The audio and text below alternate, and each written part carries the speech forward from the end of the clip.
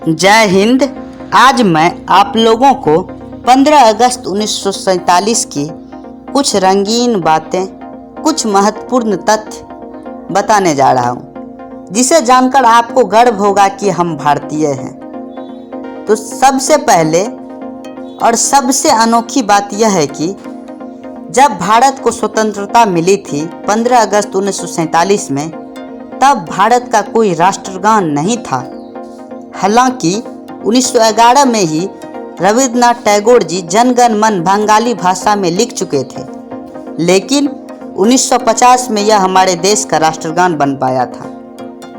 उससे पहले इसे राष्ट्रगान के रूप में स्वीकृति नहीं दी गई थी।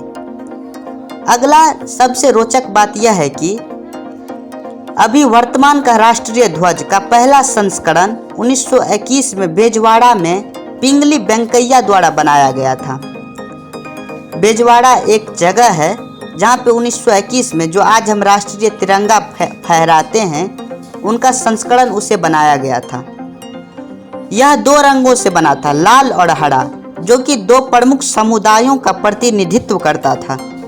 गांधी जी ने भारत के शेष समुदायों और राष्ट्र की प्रगति का प्रतीक बनाने के लिए एक सफ़ेद पट्टी पे चरखे को जोड़ने का सुझाव दिया था। मतलब 1921 में अभी जो राष्ट्रीय ध्वज हम फहराते हैं तिरंगा, वह बनाया गया था। और दूसरा अन्य तथ्य यह है कि 15 अगस्त 1947 को पूरा देश आज़ादी के जश्न में डूबा था। कब? 15 अगस्त 1947 में।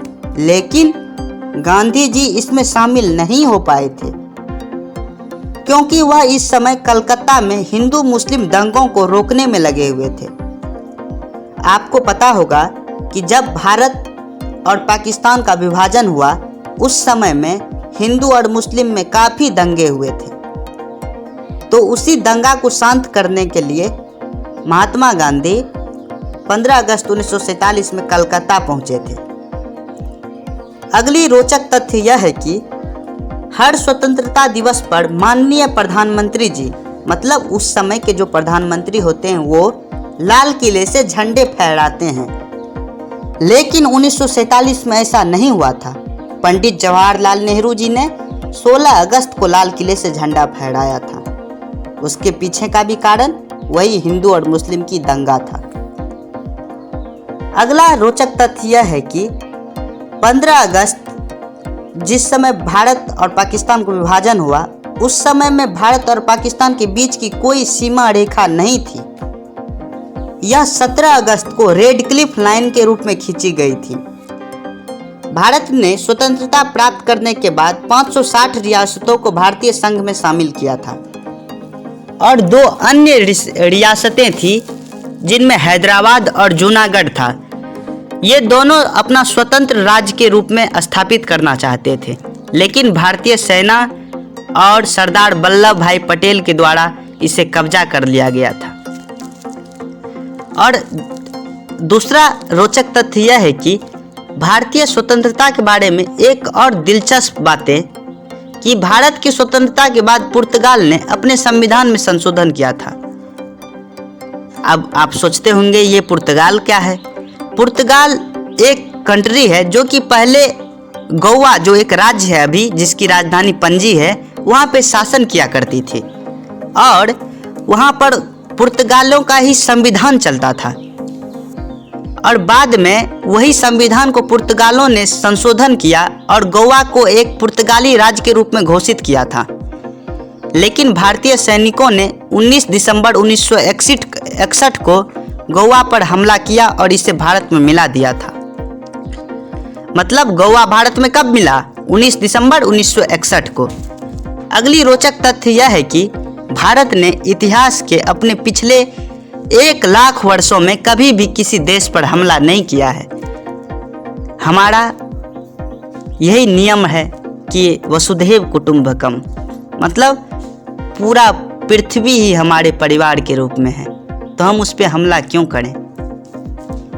अगला रोचक बात यह है कि 15 अगस्त भारत के अलावा 3 अन्य देशों का भी स्वतंत्रता दिवस है, जिसमें पहला है दक्षिण कोरिया, जो कि जापान से 15 अगस्त 1945 को आज़ाद हुआ था, और बहरीन जो एक देश है वह ब्रिटेन से 15 अगस्त 1947 को आज़ाद हुआ, और साथ साथ फ्रांस से कॉन्गो एक देश है वह 15 अगस्त 1960 को आज़ाद हुआ था।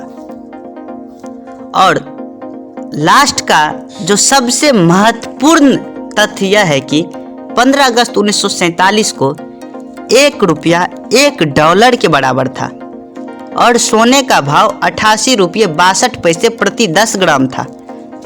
और तो और 15 अगस्त के दिन ही वीर चक्र को मान्यता दी गई थी। 15 अगस्त 1972 को भारत में डाक पिन जो कि 6 अंकों का नंबर होता है उनकी शुरुआत की गई थी, और 15 अगस्त 1982 को इंदिरा गांधी के भाषण के साथ भारत में टीवी पर रंगीन प्रसारण की शुरुआत हुई थी। मतलब 15 अगस्त 1982 से पहले भारत में टीवी पर रंगीन प्रसारण नहीं हुआ करती थी। तो ये थे कुछ महत्वपूर्ण और रोचक तथ्य स्वतंत्रता दिवस के बारे में। अब मैं आप लोगों के लिए 2 प्रश्न पूछ रहा हूँ कि डाक पिन जो कि 6 अंकों का नंबर है इनकी शुरुआत कब की गई थी, और भारत में टीवी पर रंगीन प्रसारण की शुरुआत कब हुई थी। ये दोनों प्रश्न के उत्तर आप कमेंट बॉक्स में दीजिए। थैंक यू, और अपने भाई को ज़रूर सपोर्ट करें। Thanks a lot.